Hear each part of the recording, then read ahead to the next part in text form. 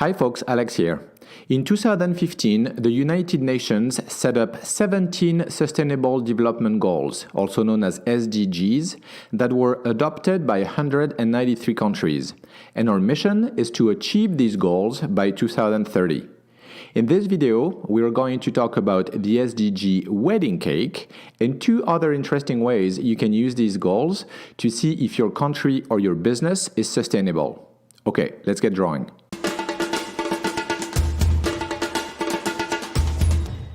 On this channel, we share tools to help you change the world, so subscribe if that's of interest to you. To be totally honest, the problem with these 17 goals is that, well, there are 17 of them, which can make them look complicated and not easy to remember.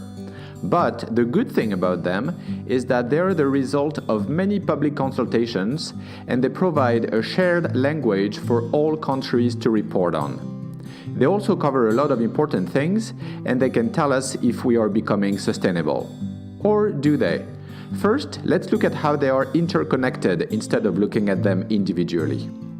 The Stockholm Resilience Center suggested organizing the SDGs into 3 layers. The environment as the foundation, supporting society, which supports the economy. This is like the triple bottom line, or the 3 pillars of sustainability that I presented in another video. I put a link in the description below. Essentially, sustainability is about meeting human needs within ecological constraints, and the economy is a strategy to make money while achieving sustainability. There are 4 goals about the environment: clean water, climate action, life on land, and life below water. 8 goals are about society: no poverty, zero hunger, good health and well-being, quality education, gender equality, affordable and clean energy, sustainable cities and communities, and peace, justice, and strong institutions. And these 4 goals are about the economy: decent work and economic growth, industry, innovation and infrastructure, reduced inequalities, responsible consumption and production. They call this representation the SDG wedding cake. In other words, we can't achieve decent economic growth or even food security without first taking care of our oceans, as was demonstrated in Newfoundland during the collapse of the Atlantic cod fisheries in the 1990s.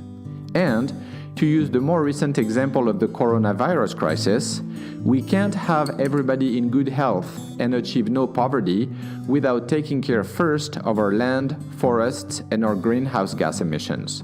My video on coronavirus explains this in more details.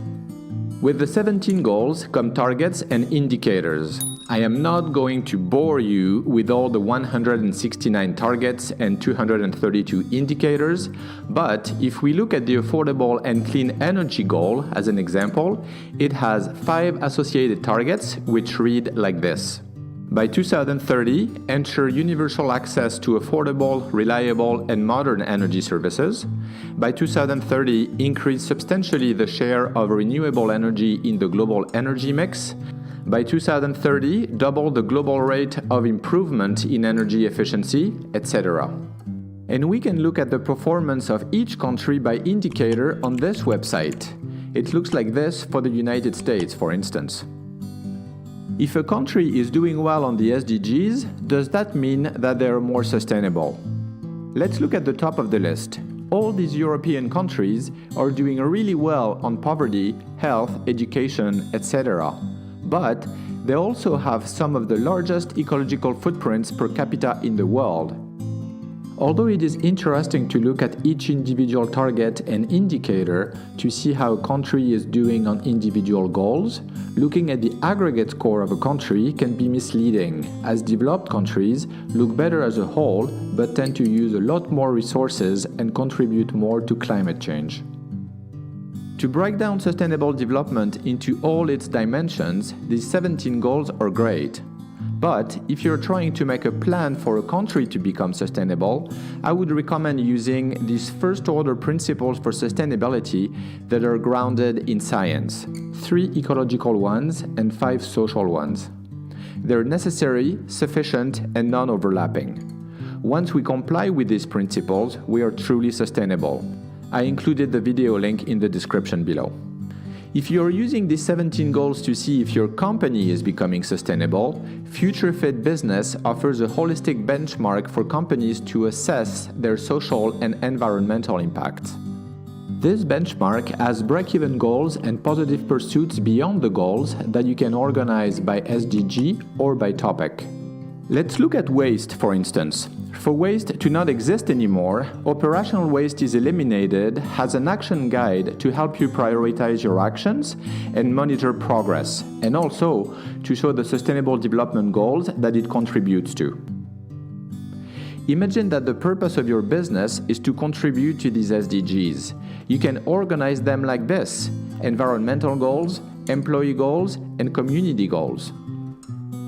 There is a lot of work that needs to happen to achieve the 2030 agenda worldwide. But it is important to remember that if the environment is fragile, it can literally crash the wedding cake. If you find these videos useful and are wondering how you can help me make more, you can do it on Patreon. In a nutshell, you make a pledge that will apply to each video I will post in the future, and you get perks like your name in the credits, access to my drawings, a character drawn after you in the next video, etc. It helps me cover the production costs and stay independent. If you can't or don't want to contribute financially, no worries. You can always subscribe, give the video a like, and share it with your friends and colleagues. Thank you to all the patrons who joined recently, and special thanks to Chocolate Choice. Thank you for watching, and I'll see you in the next one.